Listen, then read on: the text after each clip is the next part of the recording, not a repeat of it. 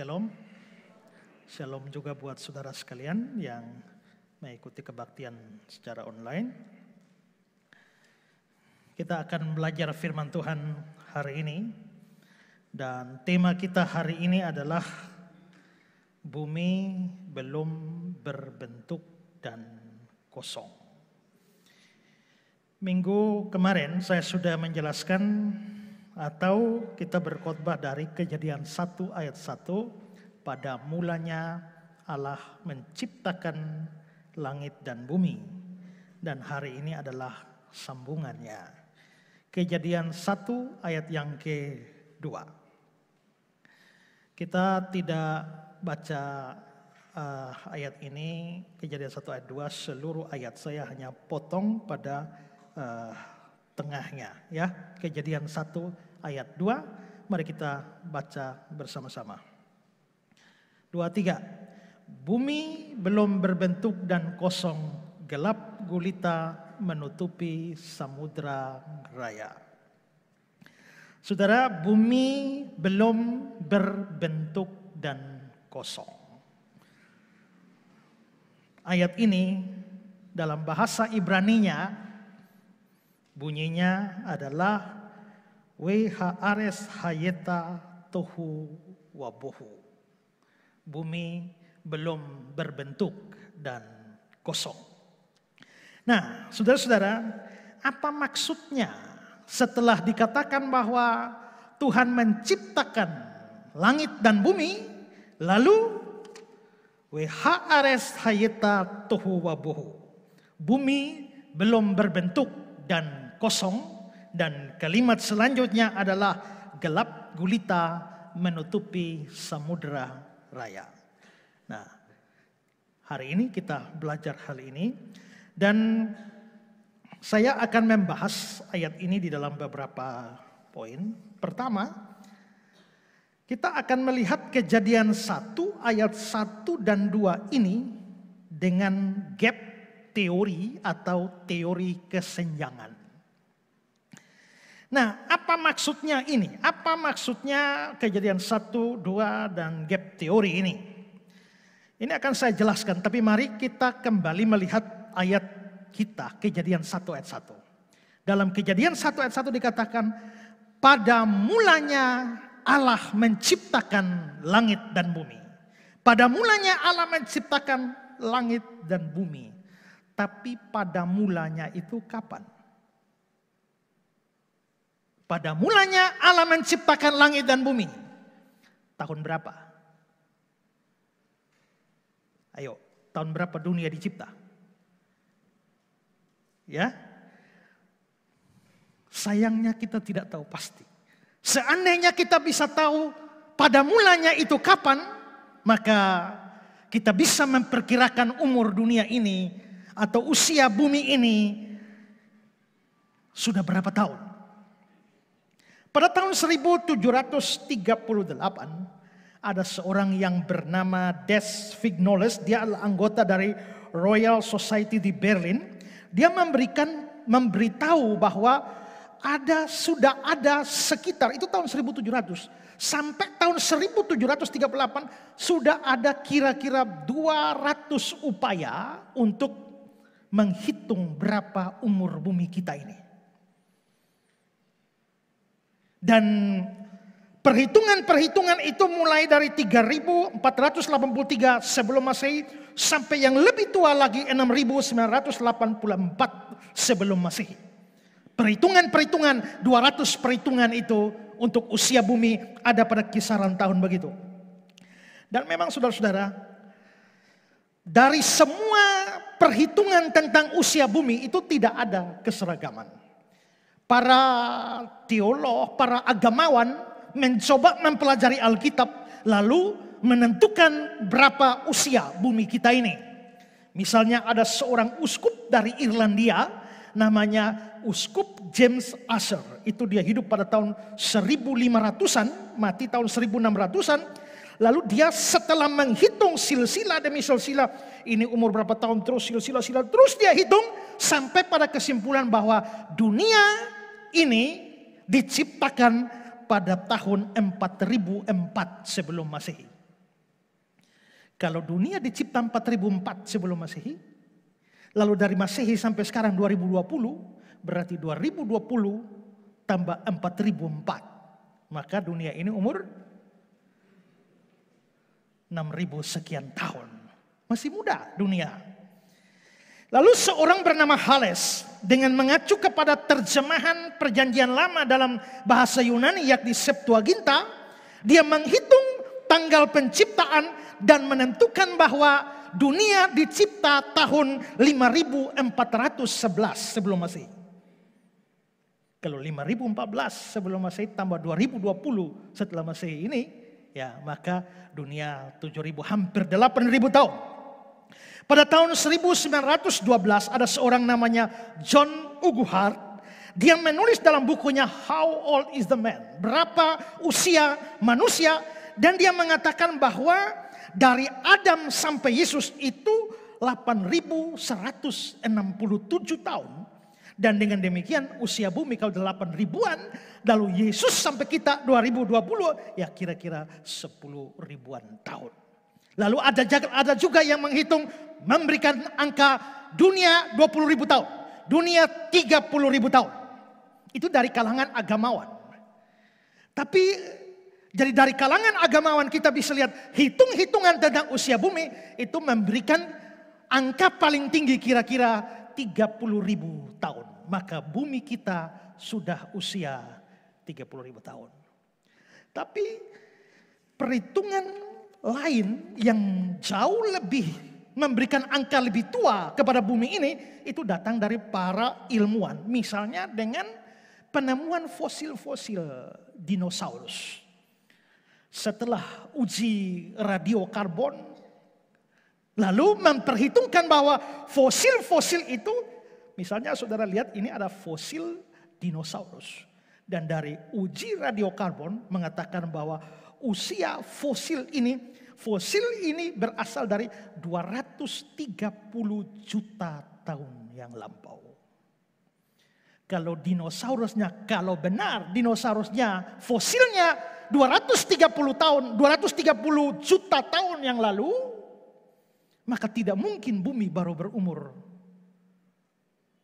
10.000 tahun. Para geolog itu geologi itu ilmu bumi. Geolog ini para ahli ilmu bumi itu mencoba memperkirakan usia bumi dengan menghitung usia kerak bumi, kulit bumi ini, ya. Dan saudara-saudara, kalau saudara perhatikan bebatuan ini adalah bebatuan di Kanada namanya Akasta Gneiss. Itu sudah dihitung dengan radiokarbon. Usia batunya ini adalah 4.280.000.000 tahun yang lalu. Ya, perhatikan gambar selanjutnya. Nah, ini batunya. Inilah batu tertua yang ditemukan oleh manusia. 4 miliaran tahun yang lalu. Kalau batunya sudah berumur 4 miliar tahun yang lalu, artinya bumi itu harus di atas 4 miliar tahun. Lalu saudara, para sarjana yang berpandangan bahwa tentang awal mula alam semesta ini, ada macam-macam teori dari mana alam semesta bersumber. Kalau kita melihat pada Alkitab ya, alam semesta dicipta oleh Allah. Tetapi di dalam kacamata ilmu pengetahuan, maka mereka membuang ide tentang penciptaan, lalu memperkirakan dari mana muncul alam semesta ini. Lalu dibikinlah sebuah teori yang namanya Big Bang, bahwa alam semesta ini itu tercipta karena sebuah Big Bang, sebuah ledakan besar, ledakan atom yang besar. Kira-kira modelnya seperti ini. Ini adalah suatu Big Bang, ledakan besar. Dari ledakan-ledakan inilah lalu muncul planet-planet termasuk bumi di dalamnya, galaksi-galaksi. Dan Big Bang diperkirakan terjadi secara ilmu pengetahuan 13,7 miliar tahun yang lalu. Tapi bagi saya ini tidak menjelaskan fakta penciptaan. Seandainya betul-betul ada ledakan atom yang besar, terus atom itu dari mana? Ya kan? Terlepas dari itu, teori Big Bang mengatakan bahwa ledakan itu terjadi 13,7 miliar tahun yang lampau. Kalau begitu pertanyaan kita, bumi usia berapa? Dilihat dari Alkitab, usianya pendek. Nah, di sini menjadi masalah. Kenapa, saudara? Karena dilihat dari hitung-hitungan agamawan yang memakai Alkitab, saya rasa itu sesuatu yang percuma. Kenapa? Karena Alkitab itu mencatat silsilah. Kalau kita menjumlahkan silsilah ini, Adam umur sekian, lalu anaknya Adam umur sekian, lalu cucunya Adam umur sekian, terus ke bawah. Masalahnya adalah Alkitab tidak mencatat semua silsilah dalam urutan kronologi. Kadang-kadang terjadi loncatan. Ada beberapa generasi yang dianggap tidak penting lalu meloncat. Karena itu maka ada banyak kehidupan yang dilewati di dalam catatan-catatan Alkitab. Lalu bagaimana bisa memperhitungkan usia bumi hanya dengan catatan silsilah yang ada di Alkitab?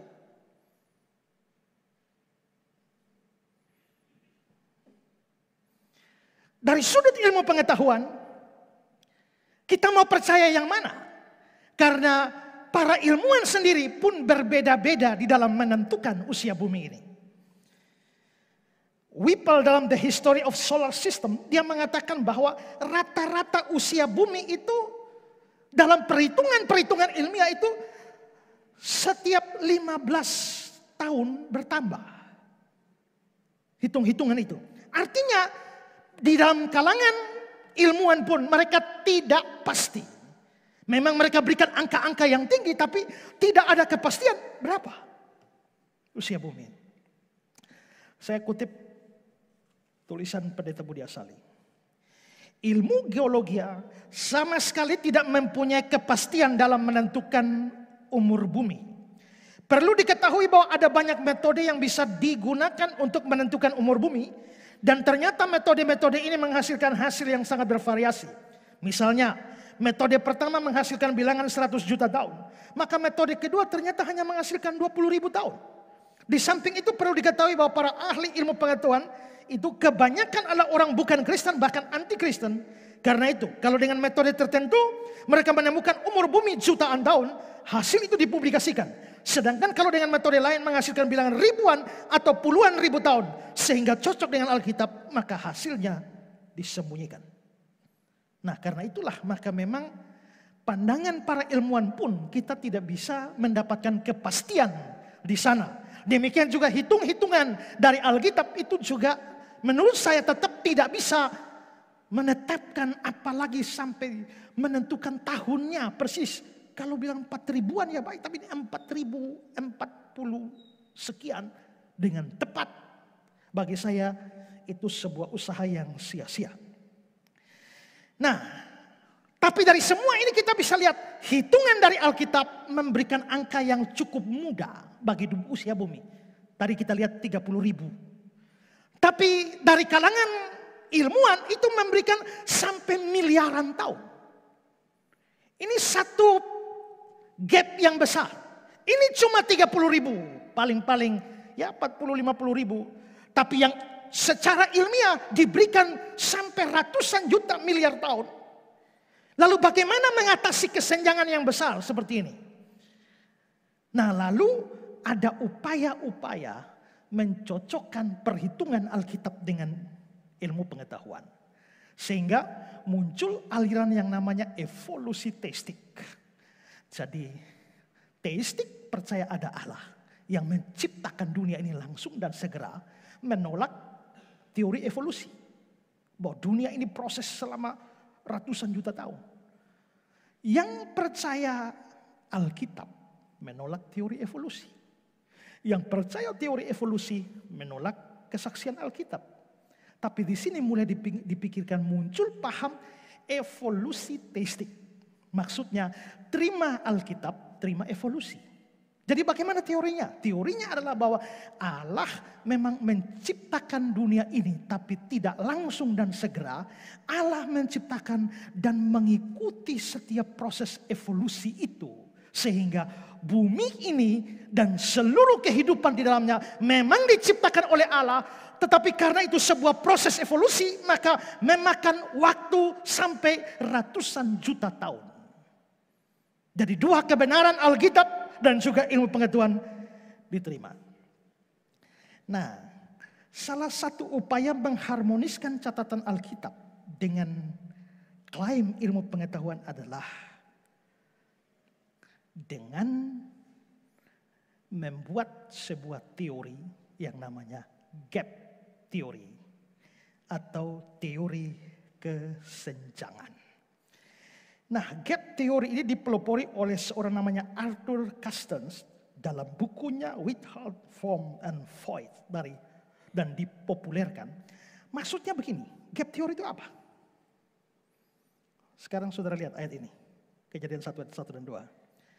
Pada mulanya Allah menciptakan langit dan bumi. Setelah itu ada sebuah gap jutaan, ratusan tahun, ratusan juta tahun, ada miliar tahun bisa di situ, baru muncul Kejadian 1 ayat 2. Jadi di antara Kejadian 1 dan Kejadian 2 ada kesenjangan waktu. Tidak langsung. Ratusan juta tahun atau miliar tahun. Sekitar 2004-2005 saya terlibat perdebatan panjang dengan seorang saksi Yehova di Korintimex, itu Pak David Menners. Lalu kami debat berseri-seri dan salah satu debatnya itu adalah soal teori evolusi. Nah, lalu dalam tulisan tentang teori evolusi itu, Pak David Menners ini menulis demikian. Jelas dari bagian pertama kitab Kejadian, bumi mungkin telah ada bermiliar-miliar tahun sebelum hari pertama dari kitab Kejadian. Jadi pada hari pertama Tuhan menciptakan ini. Sebelum hari pertama bumi bisa ada miliaran tahun. Namun keadaan bumi sebelum hari pertama mulai dijelaskan. Bumi belum berbentuk dan kosong. Gelap gulita menutupi samudera raya. Dan roh Allah melayang-layang di atas permukaan air. Jadi bumi sebelum Kejadian 1 ayat 3 berfirmanlah Allah jadilah ini. Itu bumi sudah miliaran tahun. Kenapa bisa miliaran tahun? Ada gap antara Kejadian 1 ayat 1 dan Kejadian 1 ayat yang ketiga. Di tengah-tengahnya ada Kejadian 1 ayat 2 di mana bumi belum berbentuk dan kosong. Itu miliar tahun. Kok mengapa bisa ada gap? Setelah Kejadian 1 ayat 1 Allah menciptakan langit dan bumi, lalu bisa ada gap miliar tahun itu kenapa? Dalam teori ini, gap teori atau teori kesenjangan ini mengatakan bahwa sebenarnya Kejadian 1 ayat 1 Tuhan sudah cipta langit dan bumi. Sudah ada banyak manusia tapi bukan Adam. Ini manusia-manusia pra-Adam. Semua tinggal di bumi dengan ketuanya atau bosnya, pemimpinnya itu adalah iblis atau Lucifer. Itu pandangan ini. Lalu Lucifer ini memberontak kepada Tuhan Allah. Lalu terjadilah pertarungan besar antara Allah melawan iblis. Dan Allah memusnahkan semua manusia pra-Adam. Pertarungan itu begitu hebat. Sampai akhirnya bumi yang telah diciptakan dalam Kejadian 1 porak-poranda. Sehingga akhirnya muncullah situasi di Kejadian 1 ayat 2. Bumi menjadi tidak berbentuk lagi dan kosong. Habis semua, kacau balau semua.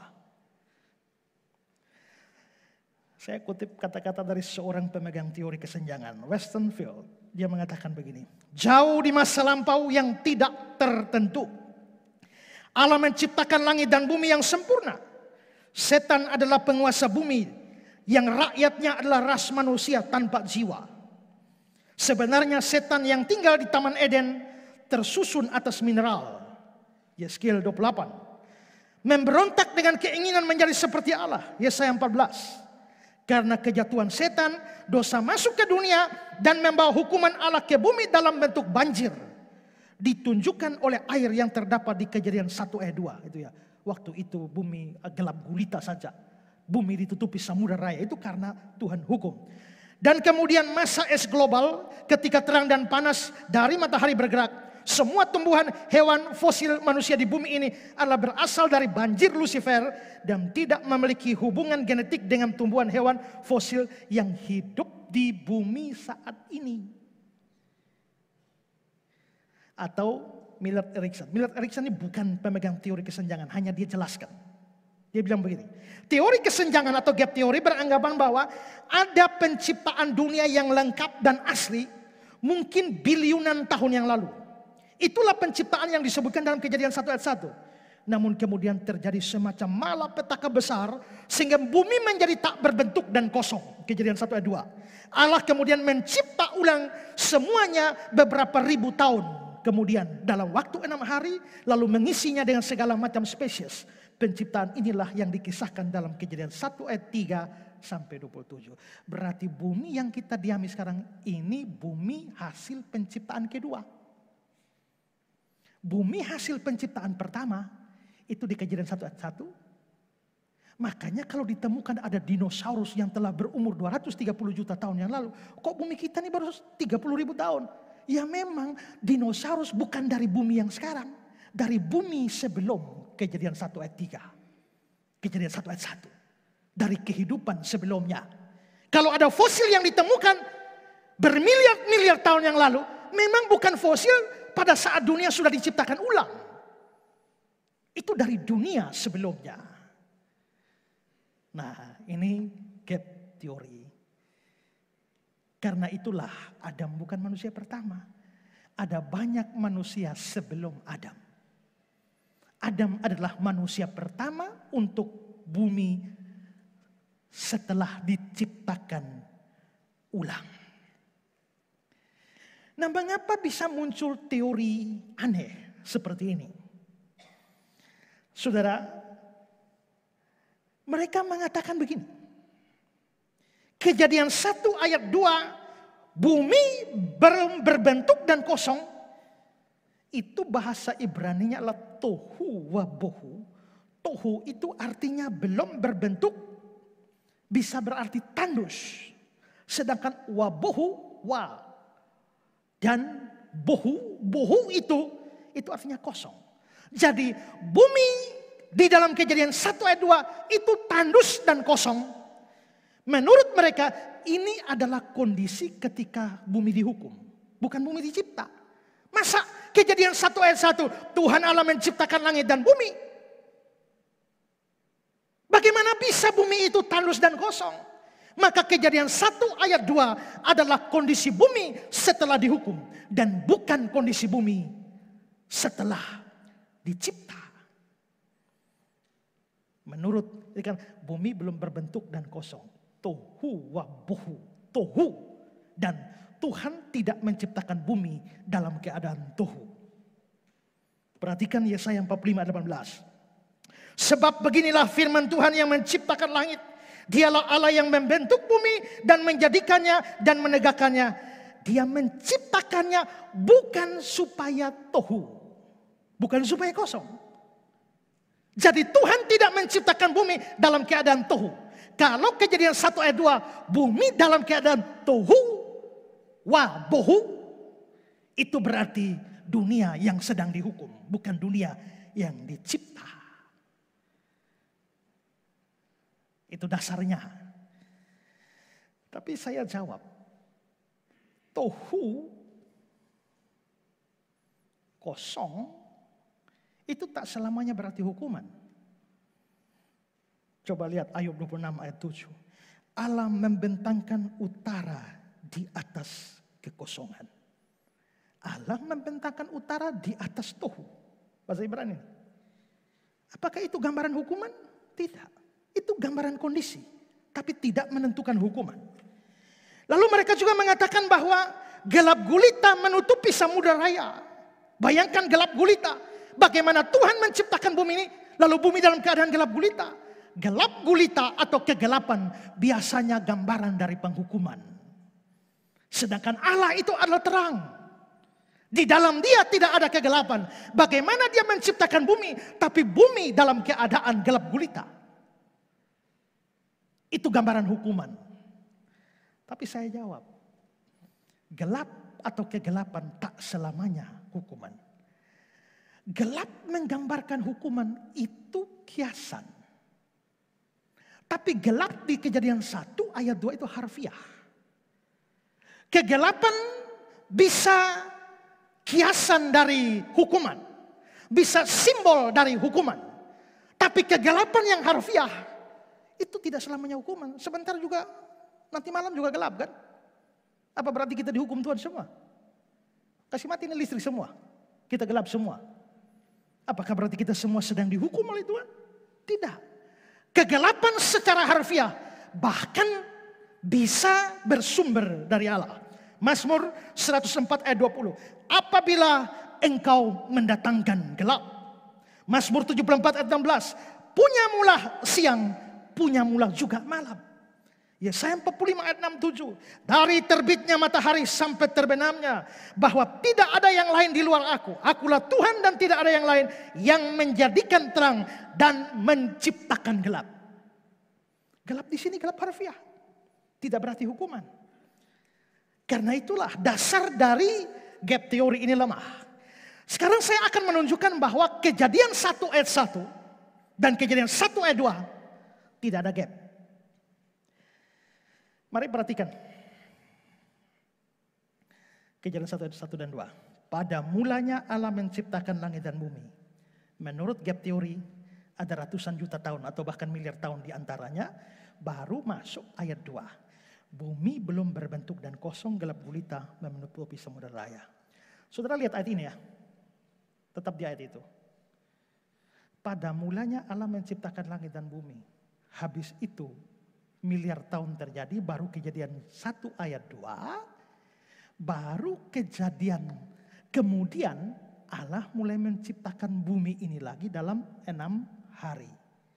Kalau itu pandangannya, apakah bumi di Kejadian 1, langit dan bumi dicipta pada 6 hari atau tidak?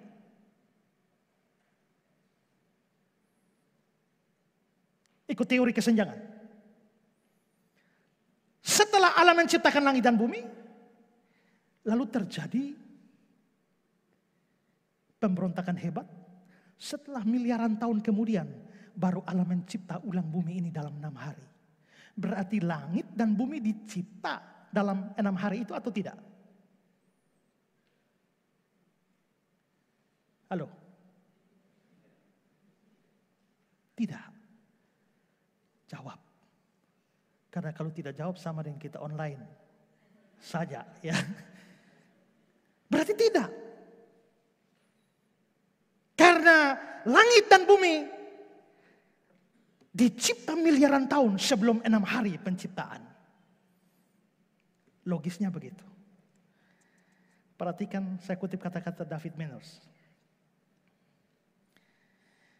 Langit dan bumi telah ada ketika hari pertama itu mulai. Oleh sebab itu, mungkinkah langit dan bumi berusia miliaran tahun?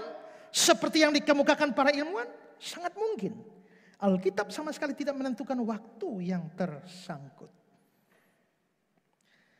Tapi, kalau memang langit dan bumi tidak ikut dicipta dalam 6 hari, tapi sudah miliaran tahun sebelum 6 hari, sekarang lihat Keluaran 20 ayat 11.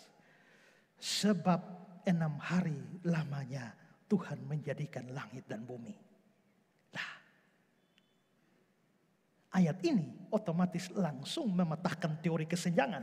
Juga dalam Keluaran 31 ayat 17. Sebab 6 hari lamanya Tuhan menjadikan langit dan bumi. Berarti langit dan bumi itu tidak dicipta miliaran tahun sebelum 6 hari penciptaan. Tapi dicipta di dalam 6 hari penciptaan itu. Maka dari sini teori kesenjangan menjadi gugur. Lalu, jikalau teori kesenjangan betul, maka Adam bukan manusia pertama. Karena ada ras manusia tanpa jiwa, seperti teori itu, pra-Adam. Masalahnya, 1 Korintus 15 ayat 45 mengatakan, seperti ada tertulis manusia pertama Adam.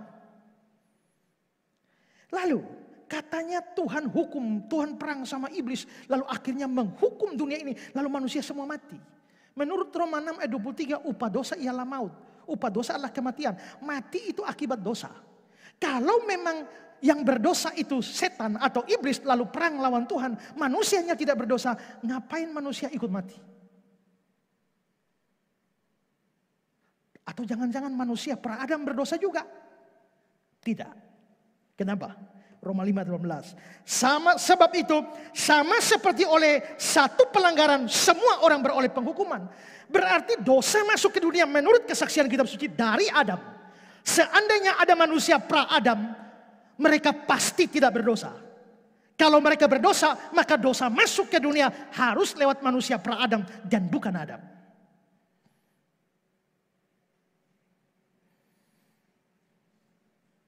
Lalu saudara ya, sukar dibayangkan Allah sama setan perang, heboh perangnya, sampai bumi hancur-hancuran, menjadi kosong tinggal air, tinggal samudera. Rasanya merendahkan Tuhan.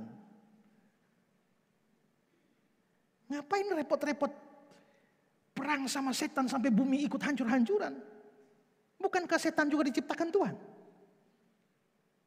Sekali berfirman, dia jadi almarhum. Kok pakai repot-repot perang segala? Perhatikan komentar Pendeta Budi Asali.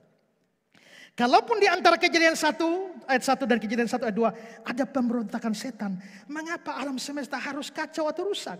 Iblis memang kuat, tapi dia jelas sama sekali bukan tandingan Allah. Sehingga pertempuran antara iblis dan Allah sama sekali tidak seru dan tidak perlu sampai menghancurkan alam semesta. Pandangan yang mengatakan bahwa pertempuran iblis melawan Allah itu sampai harus menghancurkan ciptaan Allah adalah pandangan yang terlalu merendahkan Allah. Karena secara tidak langsung mereka beranggapan bahwa kekuatan iblis dan Allah itu tidak terlalu beda jauh. Beda tipis. Tidak. Setan itu memang hebat dibanding kita. Tapi tidak ada apa-apanya dibanding Tuhan. Ya, karena itu kalau kita sendiri memang harus takut setan. Tapi kalau ada Tuhan di dalam kita, tak usah takut setan. Kalau setan saja tidak perlu ditakuti, lewat kubur juga mestinya tidak takut. Ya. Tidak. Kalau sampai kita bisa usir setan dan setan takut kita, itu bukan karena hebatnya kita, tidak. Dia tidak takut kita. Saya pernah cerita waktu di Kediri, pelayanan di sana nganggur, lihat ke tembok, ada nyamuk. Lalu ada cicak, lihat nyamuk. Lalu cicak itu mendekati nyamuk. Waktu saya lihat cicak mendekati nyamuk, saya iring dia. Cicak-cicak di dinding, diam-diam merayap. Datang seekor nyamuk, hap! Begitu hap, nyamuknya lolos. Cicaknya tidak kebagian nyamuk. Saya pikir kasihan ya. Sementara saya lagi masih mengasihani si cicak. Datanglah seekor nyamuk di tangan saya. Dapat. Sekarang muncul perasaan perih kebinatangan saya. Kasihan nyamuk tadi. Tadi tidak dapat. Saya lihat cicaknya masih di tembok. Saya langsung ambil kursi, susun 2. Lalu saya naik. Nih cak. Ini. Cicaknya lari. Kenapa cicak lari? Apakah takut nyamuk? Tidak. Kenapa takut nyamuk? Tadi kejar nyamuk. Dia bukan takut nyamuk. Masalahnya nyamuknya di tangan saya. Yang ditakuti bukan nyamuk. Tapi di tangan siapa nyamuk itu ada. Yang ditakuti setan itu bukan kita. Tapi karena kita ada di tangan Allah. Kita ada dalam perlindungan Allah. Maka kita bisa bernyanyi. Kita puas buat iblis gemetar. Kalau tanpa Tuhan, kau yang gemetar. Makanya tidak boleh takut setan, tapi tidak boleh anggap remeh. Ya, karena dia bukan lawan kita. Setan ex malaikat, jadi dia berimbang tuh kalau perang lawan malaikat. Kalau lawan kita, kita bukan lawannya. Ya. Tapi setan bukan lawannya Allah. Sehingga rasanya aneh bahwa gambaran dari gap teori perangnya begitu heboh. Sampai bumi ikut hancur. Ya. Mungkin Tuhan Allah api keluar, setan silih hancur di sana, ya kan? Lalu setan balas lagi, gunung di sana hancur, porak-poranda karena perang itu. Mustahil itu. Karena itu maka di sini kita harus simpulkan gap teori salah. Tidak ada kesenjangan antara Kejadian 1 ayat 1 dan Kejadian 1 ayat 2. Nah, kalau gap teori salah, maka muncul persoalan baru. Persoalannya, terus bagaimana kita menyelaraskan antara usia bumi menurut ilmu pengetahuan yang miliaran tahun dengan catatan Alkitab yang seandainya dihitung pun itu tidak lebih dari 50.000 tahun. Mengapa bisa terjadi seperti itu? Begini, Alkitab ini firman Allah pasti benar.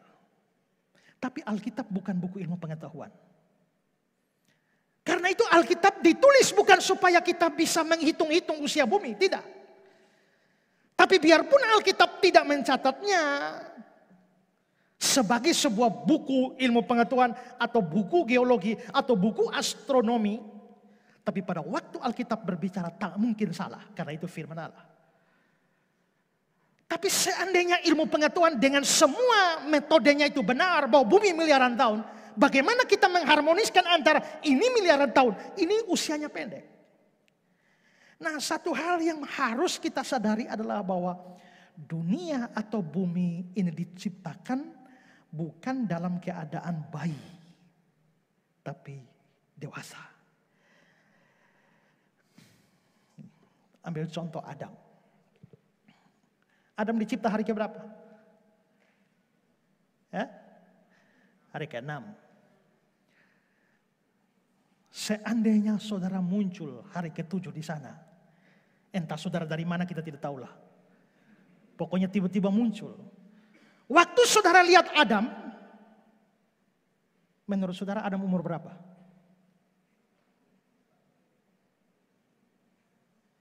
Ingat loh, Adam tidak pernah jadi bayi loh. Makanya ada orang pernah tanya saya, Pak, mau tanya apa? Apakah Adam tuh punya pusar?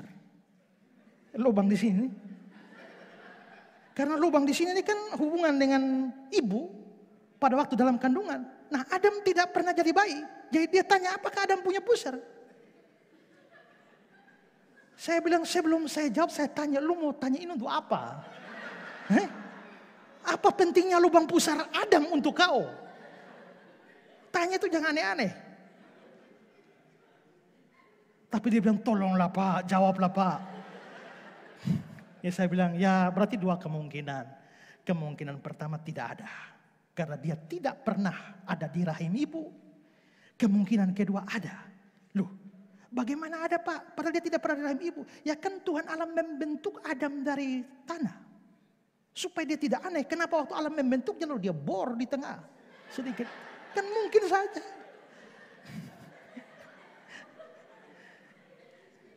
Tapi itu pertanyaan tidak penting. Yang pasti Adam tidak pernah jadi bayi. Dia diciptakan dewasa. Pada hari ke-6 hari penciptaan. Jikalau saudara muncul pada hari ke-7 dan lihat Adam tanpa ada informasi apapun dan saudara deteksi dia. Umur berapa?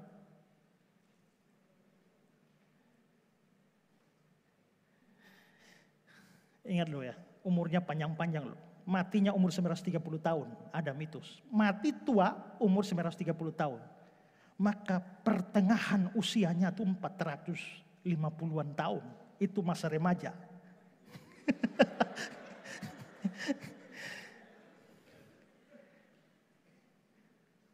kacamata kita mungkin kita lihat ini ada kumisnya, apalagi sudah usia menikah. Karena habis itu dikawinkan dengan Hawa. Maka mungkin kita akan perkirakan orang ini umur 30 tahun. Menurut analisa kita umurnya 30 tahun. Tapi dari sudut pandang penciptaan baru dicipta kemarin. Maka dari sudut pandang Alkitab Adam baru berumur 1 hari. Tapi dari sudut ilmu pengetahuan 30 tahun. Tuhan menciptakan bumi ini dengan semua hutan-hutan yang ada. Seorang ahli ilmu pengetahuan, ahli alam, pergi mengukur usia pohon-pohon di sana. Memotongnya, memeriksa kambiumnya, lalu menetapkan pohon ini umur 100 tahun. Tapi dia tidak tahu bahwa itu baru dicipta beberapa hari lalu. Maka sudut pandang ilmu pengetahuan dengan semua metodenya bisa memperkirakan bumi telah miliaran tahun. Tapi dari sudut pandang penciptaan itu baru berapa puluh ribu tahun. Karena bisa jadi Tuhan menciptakan bumi ini dengan kerak bumi yang sudah tua. Maka tidak ada masalah sebenarnya. Millard Erickson. Adam tentu saja tidak mengawali hidupnya sebagai seorang bayi. Pada satu titik dalam hidupnya pastilah Adam memiliki usia nyata atau usia ideal yang jauh lebih tua dari usia sebenarnya, yaitu jumlah tahun sejak ia diciptakan. Lalu Tyson, kenyataan bahwa Adam dicipta dengan keadaan sudah dewasa nampaknya jelas dari Kejadian 2. Dengan demikian paling tidak dalam penciptaan Adam kita melihat ciptaan yang sudah berumur. Tidaklah mungkin bahwa Allah menciptakan alam semesta juga dalam bentuk seperti itu sehingga kelihatan sudah berumur bahkan dengan fosil-fosilnya. Terus Erickson lagi. Andai kata Allah menciptakan pohon dan bukan bibitnya, mungkin pohon-pohon itu memiliki lingkaran-lingkaran yang menunjukkan usia nyata dan bukan usia sebenarnya. Dengan demikian, apakah mungkin bumi berumur miliaran tahun? Ya mungkin saja dari kacamata ilmu pengetahuan. Ya. Tapi dari kacamata penciptaan di Alkitab, bumi baru umur berapa puluh ribu tahun. Karena bumi diciptakan dalam keadaan dewasa. Karena itu ilmu pengetahuan bisa benar, tapi Alkitab tak mungkin salah. Ini soal teori kesenjangan. Saudara belajar begini belum tentu di sekolah teologi dapat. Jadi bersyukur bisa gereja di sini yang kebaktian online bisa bersyukur. Ada bilang ini namanya gereja teologia. Tidak apa-apa memang. Ya, supaya mengerti jangan jadi Kristen 20 tahun tapi masih bodoh dan mudah disesatkan. Ya. Oke. Berarti gap teori salah dan harus dibuang. Sekarang hal kedua yang saya bahas.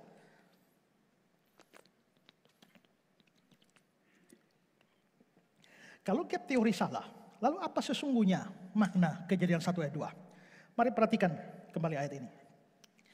Bumi belum berbentuk, tuhu dan kosong, buhu, gelap gulita menutupi samudera raya. Belum berbentuk dan kosong. Tohu wa bohu. Dua kata di situ. Tohu dan bohu. Dua kata ini, tohu dan bohu, itu agak sukar diterjemahkan. Karena dia bukan dua kata dengan arti berbeda. Ini sama seperti lauk pauk. Nah, coba kau definisikan apa itu lauk, apa itu pauk. Dia seperti campur baur. Apa itu campur dan apa itu baur? Dua kata memang. Tapi dua kata itu susah kalau diterjemahkan sendiri-sendiri. Itu satu paket. Tohu dan bohu, tapi ditambah dan. Sehingga tohu wa bohu. Itu susah dimengerti. Sekarang saya kutip kata-kata Albert Barnes. tohu wabohu, suatu ketandusan atau kehampaan. Kedua istilah tersebut menunjukkan gagasan yang sama. Dan kombinasi keduanya menandai penekanan. Jadi berarti ditekankan karena ditambah dua kata itu dipakai satu kali. Selain bagian ini, bohu muncul hanya dalam dua ayat lainnya. Di Yesaya 43 ayat 11, 34 ayat 11, Yeremia 4 ayat 23. Dan selalu berhubungan dengan tohu. Jika kita dapat membedakan kedua kata tersebut, bohu mengacu pada materi dan tohu mengacu pada bentuk. Dan oleh karena itu frase yang menggabungkan keduanya, tohu wabohu, menunjukkan keadaan kacau dan tandus total. Tidak adanya semua hal yang dapat tersedia bagi orang-orang di tanah itu.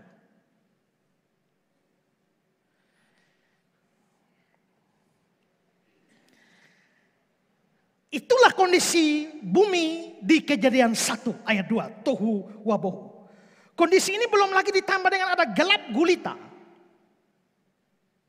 Nanti terang baru ada di Kejadian 1 ayat 3. Kita pun biarpun tahu-tahu listrik mati pun kita masih bisa lihat. Butuh penyesuaian beberapa detik. Makanya kalau saudara naik pesawat mau terbang, mau turun tuh kenapa mati lampu semua? Tidak boleh lampu menyala. Karena begitu terjadi sesuatu dan gelap, saudara butuh berapa lama untuk, baru berapa lama begini sudah meledak.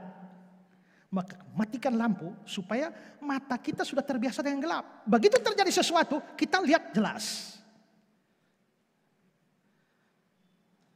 Nah, tapi ini gelap gulita, sama sekali tidak ada terang di sana. Sudah tandus, kosong, hampa secara total. Seperti kata Albert Bars. Ini membuat manusia tidak bisa hidup di bumi seperti itu. Henry, tidak ada apapun di dalamnya yang indah untuk dilihat. Sebab bumi belum berbentuk dan kosong. Tohu dan bohu. Kekacauan dan kehampaan. Begitulah kedua kata itu diartikan. Bumi tidak berbentuk dan tidak berguna tanpa penghuni, tanpa perhiasan. Hanya bayangan atau rancangan kasar dari hal-hal yang akan datang dan bukan hakikatnya. Sekarang coba lihat Kejadian 1 ayat 2 ini dalam terjemahan lama. Maka bumi itu lagi campur baur adanya. Bahasa Indonesia sehari-hari. Bumi belum berbentuk dan masih kacau balau. Nah, itulah kondisi bumi, Kejadian 1 ayat 2. Tapi yang jadi masalah ini adalah, bukankah Tuhan sudah menciptakan langit dan bumi di Kejadian 1 ayat 1? Kenapa bumi tahu-tahu dalam kondisi model seperti itu di Kejadian 1 ayat 2? Nah, untuk menjelaskan ini, saya perlu jelaskan kepada saudara dulu pola pikir orang Ibrani. Muncul di dalam perkataan maupun juga tulisan. Orang Ibrani terbiasa berbicara atau menulis berbeda dengan kita. Kalau kita ngomong sesuatu, kita detail dulu. Di ujung akhir bahwa kesimpulannya. Kalau orang Ibrani tidak, dia start dengan kesimpulan. Setelah kesimpulan baru dia mulai detailkan. Jadi misalnya kalau saya ngomong, hari Senin saya berangkat ke Jakarta, lalu hari Selasa ke Medan, lalu hari Rabu ke Surabaya, hari Kamis ke Makassar, hari Jumat ke Papua, hari Sabtu ke Kupang. Kesimpulannya akhirnya saya sakit. Detail dulu, kesimpulan belakangan. Kalau orang Ibrani ngomong, saya jatuh sakit. Senin lalu saya berangkat ke Jakarta, Selasa ke Medan, Rabu ke Surabaya, Kamis ke Makassar, Jumat ke Papua. Titik. Itu model mereka. Ini misalnya Kejadian 1 ayat 27. Maka Allah menciptakan manusia itu menurut gambarnya, menurut gambar Allah diciptakannya dia laki-laki dan perempuan. Ini sebuah ungkapan kesimpulan atau deklaratif. Allah menciptakan manusia laki-laki dan perempuan. Selesai. Detailnya bagaimana? Prosesnya bagaimana? Dijelaskan di Kejadian 2. Tuhan Allah mengambil tanah, membentuknya. Itu laki, perempuannya bagaimana? Si laki ditidurkan, lalu Allah melakukan pembedahan. Ini operasi pertama di dunia itu terjadi di Eden. mengambil rusuknya, membentuklah perempuan. Itu detail. Deklarasinya Kejadian 1 ayat 27. Ini muncul juga di Mazmur 73. Mazmur 73 ini kan orang cemburu dengan orang fasik. Saya boleh taat beriman tapi tiap hari sengsara menderita kekurangan. Dia orang fasik, tidak peduli Tuhan, kok hidup enak. Itu kecemburuan pemazmur. Tapi waktu pemazmur bicara, dia tidak mulai dengan cemburu dulu baru kesimpulan. Dia mulai kesimpulan baru omong cemburu. Lihat Mazmur 73. Sesungguhnya Allah itu baik bagi mereka yang tulus hatinya, bagi mereka yang bersih hatinya. Ini kesimpulan. Lalu sekarang dia mulai rinci bagaimana dia bisa sampai pada kesimpulan itu. Mulai ayat 2. Tetapi aku sedikit lagi maka kakiku terpeleset, nyaris aku tergelincir. Sebab aku cemburu kepada pembual-pembual. Kalau aku melihat kemujuran orang fasik. Sebab kesakitan tidak ada pada mereka. Sehat dan gemuk tubuh mereka. Mereka tidak mengalami kesusahan manusia. Mereka tidak kena tulah seperti orang lain. Sebab itu mereka berkalungkan kecongkakan, berpakaian kekerasan. Terus cemburunya, nanti sampai di bawah dia bilang, setelah aku melihat ke arah bait-Mu, ternyata Engkau menaruh mereka di tempat licin. Lalu akhirnya kesimpulannya, ternyata Tuhan itu baik bagi orang yang tulus hati. Tapi kesimpulannya di mana? Bukan di ekor, di atas. Itu pola pikir Ibrani. Nah, dengan pola pikir semacam itu, maka kita memahami kitab Kejadian. 1 ayat 1. Pada mulanya Allah menciptakan langit dan bumi. Titik. Itu kesimpulan. Terus bagaimana detailnya? Detailnya gini. Kejadian 1 ayat 2. Bumi belum berbentuk dan kosong. Gelap gulita menutupi samudera raya. Jadi maksudnya begini. Bagaimana? Begini. Tuhan memang menciptakan langit dan bumi. Kejadian 1 ayat 1 selesai. Tapi Tuhan tidak menciptakan semua langsung model seperti ini. Tidak. Ada proses tahapan. Jadi kelihatannya begini. Mula-mula dia menciptakan bola bumi yang masih kosong dengan air. Hanya itu. Dan tahap selanjutnya dia mulai mengisi kekosongan itu. Bumi ini hanya bola bumi yang tandus kosong, hanya air. Kelihatannya ini gelap gulita, maka ini perlu terang. Maka ayat 3, terang jadi. Habis itu lihat, tidak ada tumbuh-tumbuhan jadi. Tidak ada binatang jadi. Tidak ada manusia jadi. Jadi tidak ada gap antara Kejadian 1 dan Kejadian 2. Dan Kejadian 2 itu bukan kondisi bumi dihukum, tidak. Itu bumi sebelum jadi seperti sekarang. Karena Tuhan mulai dengan membentuk hanya bola bumi. Dengan air samudera.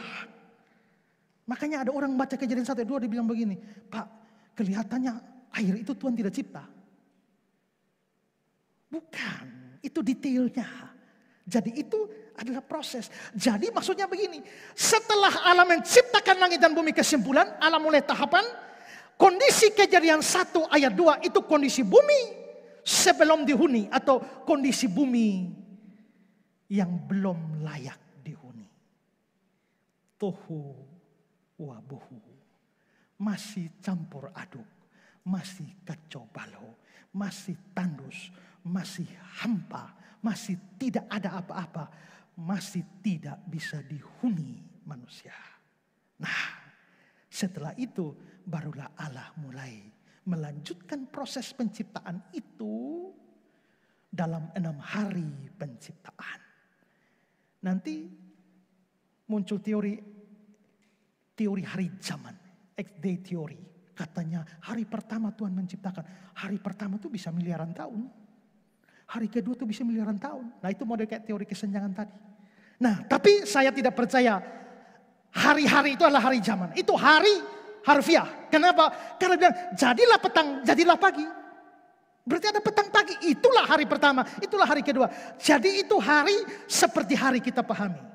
Maka di dalam 6 hari penciptaan selanjutnya pasca Kejadian 1 ayat 2, Tuhan mulai mengisi bumi ini. Sehingga bumi ini bukan hanya layak ditinggali, tapi mulai baik. Tadi tuhu wabuhu, sekarang mulai baik. Kejadian 1 ayat 3. Berfirmanlah Allah, jadilah terang. Lalu terang itu jadi. Allah melihat bahwa terang itu baik. Ayat 10. Allah melihat bahwa semua itu baik. Ayat 12. Allah melihat bahwa semua itu baik. Ayat yang ke-18. Semuanya itu baik. Ayat 21. Semua itu baik. Ayat 25. Semua itu baik. Ayat 31. Sungguh amat baik. Kata baik di sini, kata Ibrani adalah tov. Tov itu baik. Baik sekali. Baik pumbai. Karena itu bahasa Indonesia mendobel dua kata. Sungguh amat baik. Sungguh baik saja cukup. Amat baik saja cukup. Tapi belum menggambarkan tov sehingga akhirnya sungguh amat baik. Tov. Maka Allah dalam 6 hari penciptaan mengubah tohu wabohu menjadi tov. Paham? Ingat, tohu wabohu jadi tov. Tohu wabohu kacau balau menjadi tov, baik. Oke, sekarang ketiga, terakhir.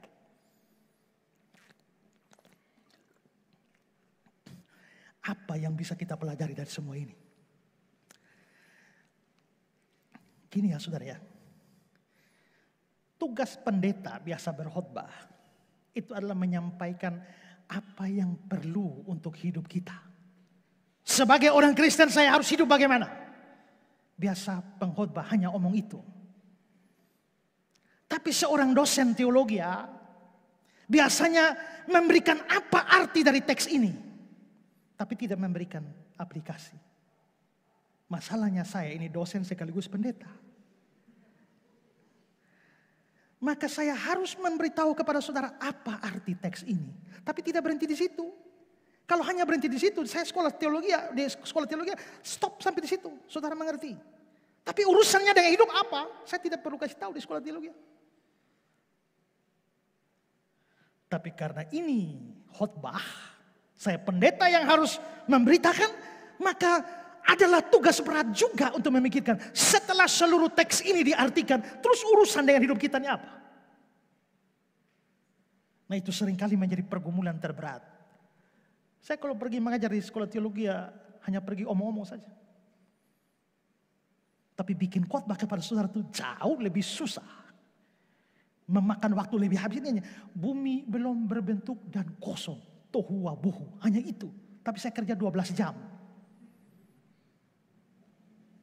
Ya. Jadi apa urusan dengan kita, dengan semua ini? Apa pentingnya, apa artinya? Tuhan mencipta, lalu bumi dalam keadaan tohu wabohu, lalu diubah dalam 6 hari penciptaan menjadi tov. Apa makna bagi kita?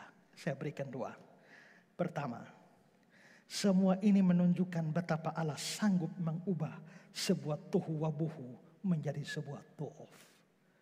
Allah sanggup mengubah sebuah kekacauan menjadi sesuatu yang sangat baik. Amin.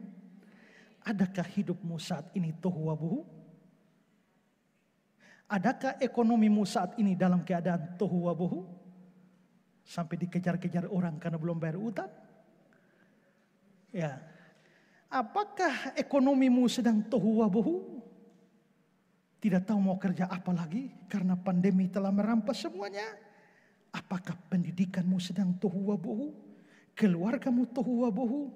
Masa depanmu sedang tohu wabohu? Tuhan sanggup mengubahnya menjadi tov. Baik adanya. Karena itu yang sedang berada dalam kondisi tohu wabohu, jangan putus asa. Tuhan sanggup mengubahnya. Yesus perhatikan kehidupan setiap orang yang sudah rusak. Yang sudah rusak itu tohu wabohu. Dibetulkan tov dengan penuh kasih sayang. Yesus perhatikan setiap tetesan air mata karena tohu wabohu. Datanglah pada dia.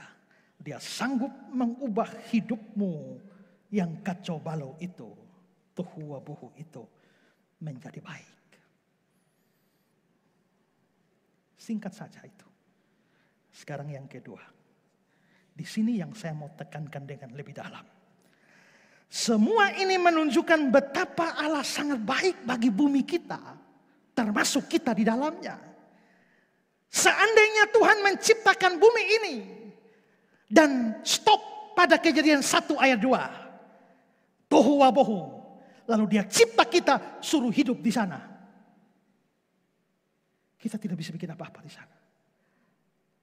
Itu langsung cipta hari pertama, taruh di situ langsung almarhum.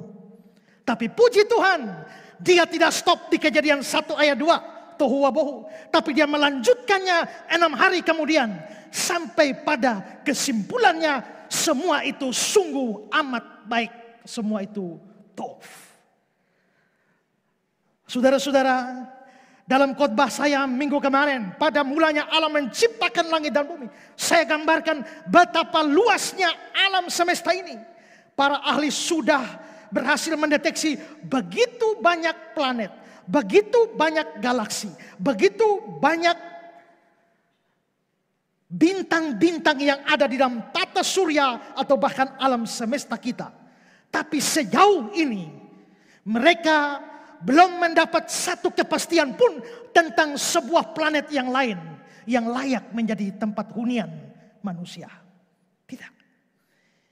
Memang pada Januari kemarin, tepatnya 6 Januari tahun 2020, itu NASA menemukan suatu planet lain yang diberi nama TOI 700D. Itu jaraknya 100 tahun cahaya dari bumi kita. Maka naik pesawat kecepatan cahaya 100 tahun baru sampai.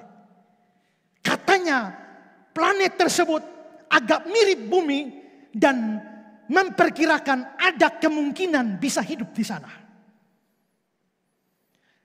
Tapi itu baru kemungkinan. Dan untuk ke sana itu butuh 100 tahun cahaya. Naik pesawat kecepatan cahaya. Sedangkan pesawat kecepatan cahaya pun kita belum bisa buat. Terus bagaimana sampai sana? Setelah sampai sana ternyata perhitungan ilmiah, para ilmuwan meleset. Kau mau pulang lagi? Butuh 200 tahun cahaya lagi. Belum sampai sudah almarhum di tengah jalan. Ya, artinya dari semua planet, semua bintang, semua yang bisa dilihat di antariksa, satu-satunya yang layak dihuni itu masih bumi saja. Terus ada orang yang tanya, lah Pak, kalau hanya bumi saja terus Tuhan cipta itu semua banyak-banyak bikin apa? Besar-besar bikin apa? Kalau tidak ada kehidupan. Jangan-jangan ada alien di sana. Ya mungkin saja, tapi kan kita juga tidak tahu. Seandainya ada alien juga lagi susah-susah cari kita. Ya. Mereka juga tanya-tanya ini, di mana ini ya? Terus untuk apa? Dan banyak yang dilihat kosong. Raksasa tapi kosong. Terus untuk apa? Mungkin Tuhan mencipta mereka bukan untuk dihuni. Terus hanya untuk menunjukkan bahwa betapa besarnya Dia.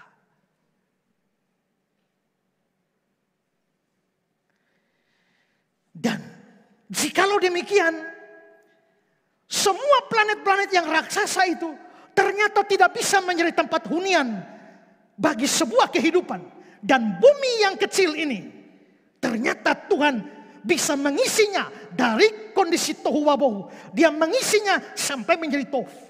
Dan membuat kita hidup di bumi ini sampai hari ini. Itu sesuatu yang luar biasa. Berarti bumi spesial di mata Tuhan. Dan mengisinya dengan segala yang baik. David Regal dalam bukunya Creation or Evolution, dia memaparkan keistimewaan bumi. Ingat, di tata surya kita ada matahari, lalu ada sekian planet. Yang terdekat dengan matahari adalah Merkurius, lalu Venus, Lalu baru bumi kita nomor 3. Lalu Mars nomor 4. Terus sampai ujung. Kalau sampai Pluto, kalau mau Pluto dianggap sebagai planet. Atau sampai planet yang baru, make-make itu. Tapi kita, dalam tata surya kita urutan ketiga setelah matahari. Dan saudara pernah bayangkan tidak, bahwa posisi kita di urutan ketiga itu menentukan kehidupan. Berani geser, kita jadi nomor 2. Ingat, ini posisi dari matahari. Matahari itu panasnya luar biasa. Permukaan matahari, kalau kita masak air sampai mendidih itu berapa derajat? 100. Coba celup tangan ke situ. Hancur tangan kita, hanya baru 100 derajat Celcius. Permukaan matahari 5.500 derajat Celcius. Itu permukaan. Kalau inti matahari sendiri itu sampai 15 juta derajat Celcius. Tapi kita tidak usah hitung inti, hanya permukaan 5.500. Dengan panas matahari seperti itu, posisi kita pada urutan ketiga ini pas sekali. Coba kalau kita geser posisi. Tahu-tahu bumi kita berputar, entah terjadi sesuatu, dia geser kedua. Tiba-tiba kita hangus. Merkurius memang paling dekat dengan matahari. Panasnya 430 derajat. Tapi biarpun dia paling dekat matahari, dia bukan yang terpanas di tata surya kita. Yang terpanas di tata surya kita itu adalah Venus. Planet kedua, 464 derajat. Kenapa dia paling panas? Ya, karena ada masalah atmosfer di situ. Yang kalau dijelaskan itu butuh penjelasan yang detail, panjang. Tapi pokoknya Venus menjadi yang terpanas. Merkurius, Venus sampai 400-an derajat. Coba kalau tiba-tiba pergerakan planet-planet kita geser naik sedikit saja. Maka habislah kita semua. Tidak bisa hidup karena terlalu panas. Itu sama dengan hidup di tengah, masuk di dalam air 400-an derajat Celcius. Baru 100 derajat saja. Kita sudah hancur. Apalagi 400-an. Lagi pula ingat. Matahari itu kan besar. Besar sekali. Untuk mengisi matahari, 1.300.000 buah bumi baru kasih penuh matahari. Kalau jajar bumi 1, 2, 3, 4, butuh 109 bumi baru bikin sepanjang diameter matahari. Biarpun matahari itu sebesar itu dan sepanas itu, tapi dibandingkan dengan bintang yang lain, matahari itu dikenal sebagai si kuning yang mungil. Si kuning tapi mungil. Dan dia punya panas itu hanya panas untuk panas golongan tengah dibanding bintang-bintang. Coba lihat, saudara lihat bintang yang satu ini. Bintang ini namanya bintang WR102. Panasnya 200.000 derajat Celcius. Matahari cuma 5.500, ini 200.000. Seandainya matahari kita diganti dengan WR12. Jangankan kita di bagian 3 sampai Pluto sana make-make semua, habis semua. Tapi beruntungnya bumi ditempatkan di tata surya di mana matahari adalah bintangnya. Kita hanya diterangi dan dipanasi oleh bintang mungil yang panasnya rata-rata. Ini menunjukkan bahwa betapa Tuhan begitu baik kepada bumi ini. Tapi belum selesai. Kan setelah kita dari matahari kan ada Mars. Terus Venus, Uranus semua sampai paling jauh Pluto make-make sana. Kalau kita geser ke 4, tukar tempat dengan Mars, apakah kita masih bisa hidup? Tetap tidak bisa. Kenapa? Mereka terlalu jauh dari matahari. sampai di sana kedinginan. Merkurius sama Venus kepanasan. Mars sampai make-make itu kedinginan. Sedingin-dinginnya di bumi, tidak ada apa-apanya dibanding Mars ke atas sana. Kita paling-paling dingin.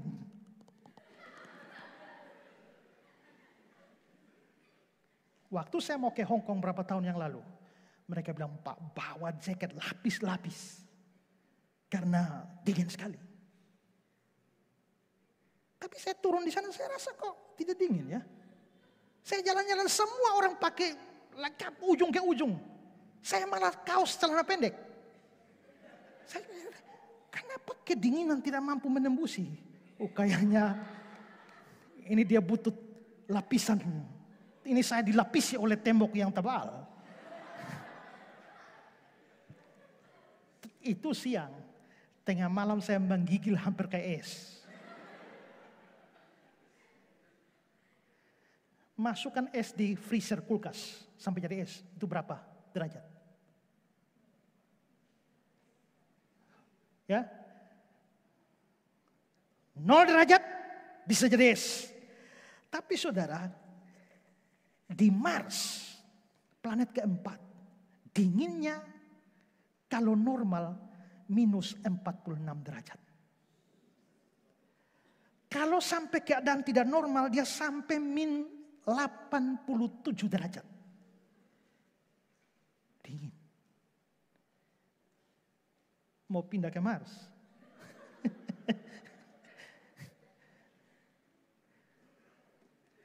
Lalu yang terjauh sana Pluto. Pluto itu dinginnya rata-rata min 230 derajat. Nah, menariknya kok Tuhan bisa taruh kita pas nomor 3 dulu. Dia naik sedikit, hangus. Turun sedikit, beku.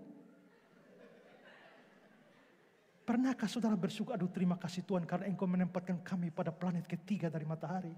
Belum pernah ada bersyukur begitu kan? Sebentar bersyukur. Luar biasa Tuhan itu ya. Bumi kita berputar pada porosnya.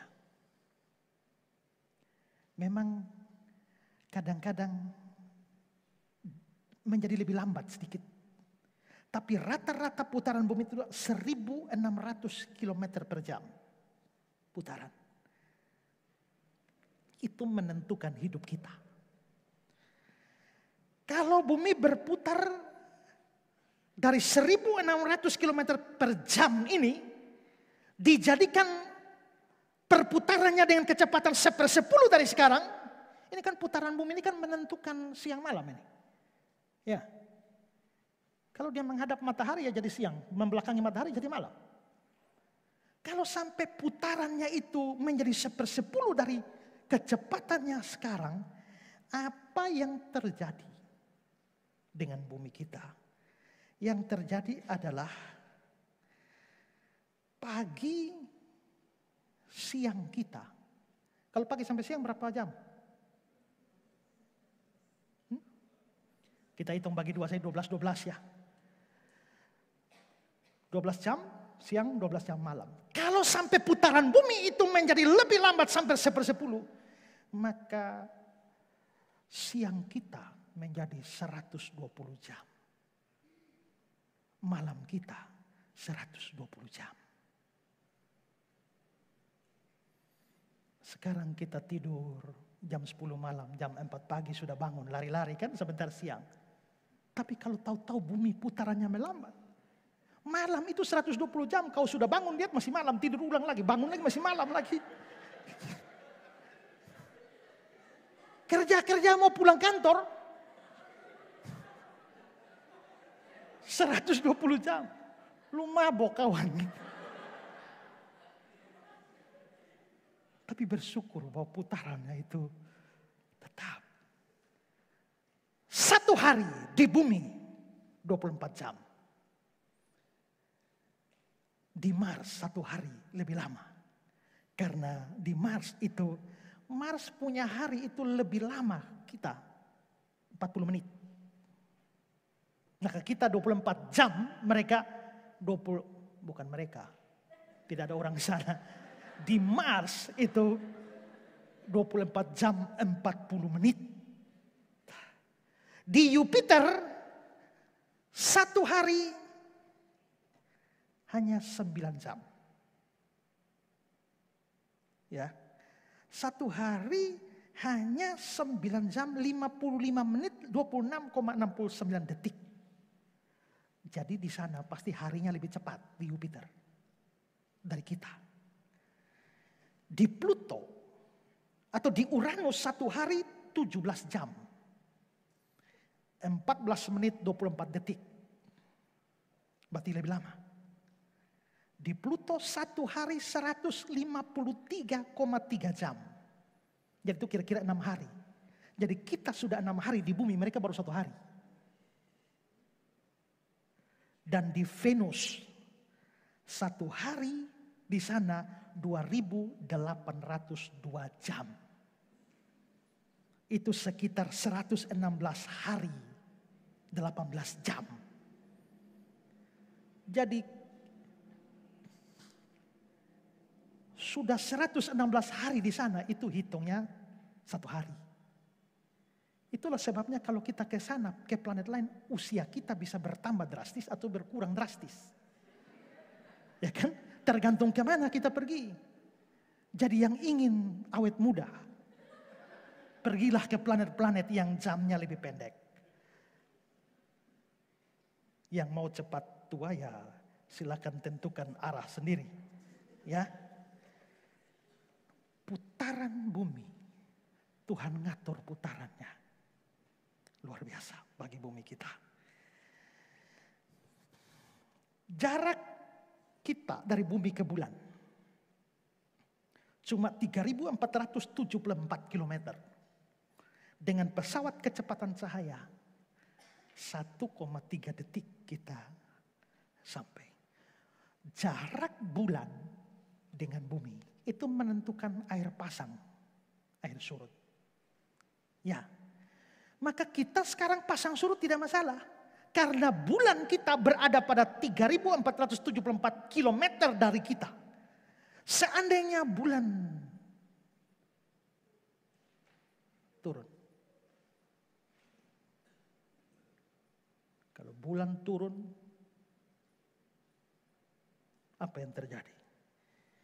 Yang terjadi adalah seluruh air laut yang tidak membahayakan sekarang itu akan merendam seluruh permukaan bumi 1 hari 2 kali. Jadi kita tsunami 1 hari 2 kali. Kalau bulan bisa turun. Kalau bulan bisa turun, habislah kita. Tapi untung bahwa bulan tetap di sana. Bumi kita bulat. Diameternya 12.742 km. Ukuran ini. Saudara jangan kira ukuran bumi ini kita ini hanya sembarangan Tuhan bikin ukuran begitu. Kan kita lihat. Ada Mars yang lebih kecil. Ada planet-planet lain lebih kecil. Tapi ada planet lebih raksasa. Jupiter yang seraksasa itu. Belum lagi yang lain-lain yang sudah saya tunjukkan. Sampai miliaran tahun cahaya diameternya. Ada yang raksasa, ada yang kecil. Tapi kita punya bumi diberi ukuran 12.742 km. Seandainya bumi kita didobel besarnya, jadi 2 kali lipat. Maka tekanan atmosfer akan naik menjadi 30 pound per inci persegi dan itu tidak bisa hidup. Seandainya diameter bumi kita itu dikecilkan, dia tidak bisa sanggup menahan air laut. Maka habislah kita semua. Bersyukur bumi kita ukurannya pas. Tidak terlalu besar, tidak terlalu kecil. Bumi kita Ini ada kerak bumi. Kulit bumi. Kerak bumi kita itu kira-kira 3 meter. Ini kalau gali terus, dulu waktu saya kecil tuh saya pikir pusing. Kalau kita gali sumur terus gali terus tembus di mana? Ya kan kalau bumi bulat, ini terlepas dari kontroversi kaum bumi datar ya. Tapi kalau bulat, gali, kalau bisa tembus kan berarti tembus di negara lain dong. Ya kan negara lain. Tahu-tahu gali, tiba-tiba keluar di Kanada. Itu kalau bisa lewat, karena di tengah sini nih, ini api, panas. Hangus di bawah sini. Macam-macam isinya. Kayak planet apa itu, isinya tuh berlian. Wih, seandainya pergi ke sana kaya. Isi dalamnya berlian semua. Tapi kita isinya api. Nah, tapi 3 meter ke dalam itu adalah kerak bumi kita. Dan saudara, kerak bumi kita itu, jika kerak bumi kita lebih tebal dari 3 meter, maka elemen-elemen logam kerak bumi bersatu, bergabung. Dan itu membuat bahaya bagi kita. Karena semua oksigen bebas di atmosfer. Dan itu membahayakan kehidupan kita. Berapa laut kita paling dalam? Bumi kita ini. Yang biasa berenang. Berapa meter? Sampai hari ini yang ditemukan, dasar laut paling dalam itu adalah Palung Mariana. Belum ada orang sampai sana, sampai mati itu. Ya, tapi bisa diperhitungkan Palung Mariana itu adalah dasar laut paling dalam yang diketahui saat ini. Itu 11 km ke bawah. Ya, jadi dengan kata lain, laut kita paling dalam ini adalah 11 km. Seandainya laut lebih dalam lagi. Seandainya lautan lebih dalam, maka dia akan menyerap begitu banyak karbon dioksida dari udara. Disedot semua ke laut. Maka kita yang di bumi akan kekurangan karbon dioksida. Dan itu bisa membuat kita semua mati. Ternyata Tuhan sudah atur kedalaman laut. Itu pas untuk hidup kita. Atmosfer kita. Itu ketebalannya. Itu sanggup melindungi kita dari bahaya. Karena apa? Karena ingat di benda-benda langit ada banyak meteor-meteor yang tiap hari itu ada jatuh. Sekitar 20 juta meteor menyerbu bumi kita setiap hari. Tapi sebelum sampai bumi, mereka sudah habis. Karena atmosfer kita cukup tebal. Terbakar habis. Kadang-kadang kita bisa lihat, kita bilang bintang jatuh. Bintang jatuh itu meteor yang mau menghantam bumi tapi segera terbakar. Habis karena tidak sanggup menembusi atmosfer kita. Beberapa memang menembusi, tapi kecil. Beberapa batuan sekarang itu dari Mars. Tapi saudara bayangkan kalau ada bintang raksasa. Seperti matahari saja. Kalau dia jatuh ke sini dan tidak ada lapisan atmosfer yang menahan, dia sikat laut. Tsunami habis kita semua. Jangankan laut, kan dia pasti lebih raksasa dari bumi. Dia total hantam kita semua langsung rata. Hancur-hancuran bumi. Tapi bersyukur ketebalan atmosfer kita itu pas untuk mencegah kita dari bahaya. Atmosfer di Mars 100 kali lebih tipis dari kita. Atmosfer di Pluto 100.000 kali lebih tipis dari atmosfer kita. Jadi, kau tinggal di Mars sampai Pluto, setiap hari menghadapi bahaya jutaan meteor yang menghantam kau. Pernahkah kita bersyukur tidur, makan, bangun, pagi kerja sini sana, tapi kita tahu bahwa ada 20 juta meteor yang menghantam kita, tapi Tuhan sudah berikan perisai, yaitu atmosfer kita dengan ketebalan yang cukup. Wah. Atmosfer kita ada komposisinya. 21% oksigen, 78% nitrogen. Itu komposisi atmosfer kita. Kerapatan bisa beda. Di gunung, di pantai itu bisa beda. Tapi komposisinya 21% oksigen, 78% nitrogen. Pas untuk hidup kita. Kalau nitrogen naik, oksigen turun. Oksigen naik, nitrogen turun. Mati semua. Waduh. Dan itu bukan hasil rekayasa apapun. Tuhan menciptakan semuanya seperti itu. Semua yang saya ungkapkan ini menunjukkan bahwa Tuhan mencipta bumi ini tidak sembarangan. Dia merancangnya secara cermat. Merancang dengan hikmatnya yang luar biasa dalam menciptakan bumi ini. Sehingga di ujung akhir dari hari penciptaannya Allah melihat semuanya sungguh amat baik. Sungguh amat baik itu. Karena dia membuatnya dengan cermat. Apa yang tidak pernah kita pikirkan. Dia merancang bumi sedemikian rupa. Menjadi tempat hunian yang paling aman. Bahkan mungkin satu-satunya di seluruh semesta raya. Mazmur 104 ayat 24, nats pembimbing kita tadi. Betapa banyak perbuatanmu ya Tuhan. Sekaliannya kau jadikan dengan kebijaksanaan. Bumi penuh dengan ciptaanmu. Kau jadikan dengan kebijaksanaan. Amsal 3, 19-20. Dengan hikmat Tuhan telah meletakkan dasar bumi. Dengan pengertian ditetapkannya langit. Dengan pengetahuannya air samudera raya berpancaran. Dan awan menitikkan embun. Saudara tahu air di awan lebih banyak dari semua air di bumi. Tiba-tiba terjadi sesuatu. Lalu bocor di atas. Ya, habis kita semua. Tapi bukankah kita aman-aman saja? Betapa Tuhan begitu luar biasa. Yeremia 10:12. Tuhanlah yang menjadikan bumi dengan kekuatannya. Yang menegakkan dunia dengan kebijaksanaannya.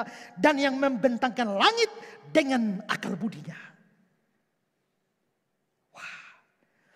Tidakkah semua ini menunjukkan betapa istimewanya bumi kita ini? Kita mungkin kagum dengan kebesaran planet yang lain. Kita dibuat ternganga dengan kebesaran galaksi-galaksi. Tapi apalah artinya besarnya, tapi tidak bisa dihuni. Ada banyak planet yang tak bisa dihuni karena terlalu panas. Merkurius dan Venus contohnya. Ada yang tidak bisa dihuni karena terlalu dingin, Mars sampai make-make. Ada yang tidak bisa dihuni karena karena atmosfernya terlalu tipis, Mars dan Pluto. Ada yang tidak bisa dihuni karena tidak ada air di sana. Hanya ada sedikit sisa-sisa es pada masa lampau. Ada yang tidak bisa dihuni karena full gas di sana. Seperti Jupiter itu lautan gas. Mau hidup bagaimana? Kalau lihat Jupiter yang raksasa, ada sebuah titik di sana. Kalau dilihat dari teleskop. Ada satu titik di Jupiter, titik itu lebih besar dari bumi. Apa itu? Ternyata itu badai. Badai abadi. Maka di Jupiter sudah kira-kira 4 deteksi 4 abad tahun yang lalu. Ya, ada badai dan badai belum stop sampai hari ini. Kau pergi sudah ke Jupiter. Tiap hari makan badai. Tidak bisa dihuni.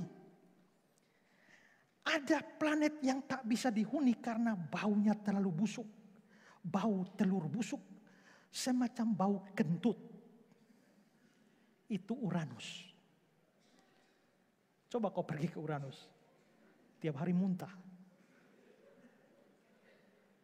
Kita hanya cium bau kentut beberapa menit saja. Sudah susah.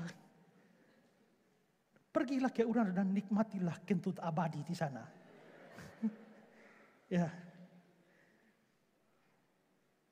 Maka ada banyak planet yang raksasa yang mengagumkan, mencengangkan kita, tapi tidak layak huni. Tapi bumi kita yang kecil ini bukan hanya layak huni, tapi Tuhan menciptakannya, menempatkannya, membuat putaran-putarannya semua tepat besarnya, kedalaman lautnya, komposisi atmosfernya, ketebalan atmosfernya, semua diatur oleh Tuhan.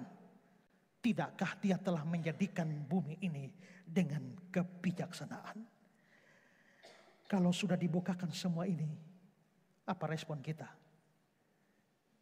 Bersyukur. Mazmur 136 ayat 3 dan 5. Bersyukurlah kepada Tuhan segala Tuhan, bahwasanya untuk selama-lamanya kasih setianya. Ayat 5, kepada Dia yang menjadikan langit dengan kebijaksanaan, bahwasanya selama-lamanya kasih setianya. Kalau sekian lama kita bersyukur untuk hal lain, belum pernah ada yang bersyukur untuk besarnya bumi kan? Belum ada yang pernah bersyukur untuk kedalaman laut, belum ada yang pernah bersyukur untuk ketebalan atmosfer, komposisi atmosfer, jarak bumi dari bulan, jarak bumi dari matahari. Kita belum pernah bersyukur untuk hal itu.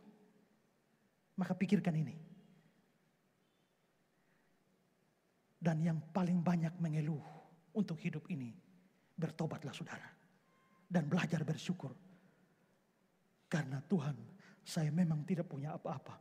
Makan susah, minum susah, uang juga susah. ATM punya tapi isinya nol. Ini tidak punya, rumah tidak punya ini. Tapi saya bersyukur, saya tinggal di bumi. Bersyukurlah. Dan setelah bersyukur, jangan hanya selesai di bersyukur. Tuhan sudah cipta bumi kita ini dengan baik. Layak huni. Tapi bumi sedang bergerak pada kondisi tidak layak huni. Karena tangan kotor manusia. Bumi yang terkenal dengan planet biru kesuburannya. Hari demi hari tergerus. Penebangan pohon di mana-mana. Pembuangan sampah di mana-mana. Ya, kita merusak bumi kita dengan segala macam keserakahan kita. Maka setelah bersyukur untuk bumi kita, mari jaga bumi kita ini. Jaga bumi kita, cegah kerusakan bumi. Dan pertahankanlah kelestariannya. Jangan tebang pohon sembarangan. Tapi belajar tanam pohon. Amin. Ini lapangan gereja ini masih kelihatan tohu wabuhu. Kita butuh pohon. Yang mau sumbang pohon, silakan hubungi kami. Supaya kalau kita lihat, sungguh amat baik. Ya. Jangan buang sampah sembarangan ke sungai, kali atau laut. Karena itu merusak bumi kita. Hemat penggunaan air. Kurangi penggunaan kantong plastik. Ini penting. Kalau saudara diminta, Pak, tolong berkhotbah untuk kelestarian bumi. Mau cari ayat dari mana? Dari ini bisa. Karena itulah sebagai orang percaya kita bersyukur untuk bumi yang Tuhan tempatkan kita di sini, tapi harus jaga. Maka semua upaya pabrik-pabrik yang buang limbah sembarangan itu perlu bertobat semua. Saudara punya usaha yang membutuhkan atau menghasilkan sampah yang banyak, jaga supaya tidak membuang sampah di sembarangan. Yang suka buang sampah sembarangan di jalur 40, bertobat. Jaga kelestarian alam ini. Tanam pohon sebanyak mungkin. Saya omong ini pendeta, bukan wali kota. Ya. Tapi ini firman Tuhan yang harus kita lakukan. Syukur untuk bumi kita. Jaga bumi kita dengan kelestarian. Lakukan hal-hal kecil demi kelestarian bumi kita. Sebagai bentuk syukur kita kepada Tuhan. Untuk bumi yang tadinya tohu wabohu bisa menjadi top. Sungguh amat baik. Betapa kita tidak bersyukur. Mari kita nyanyi lagu ini.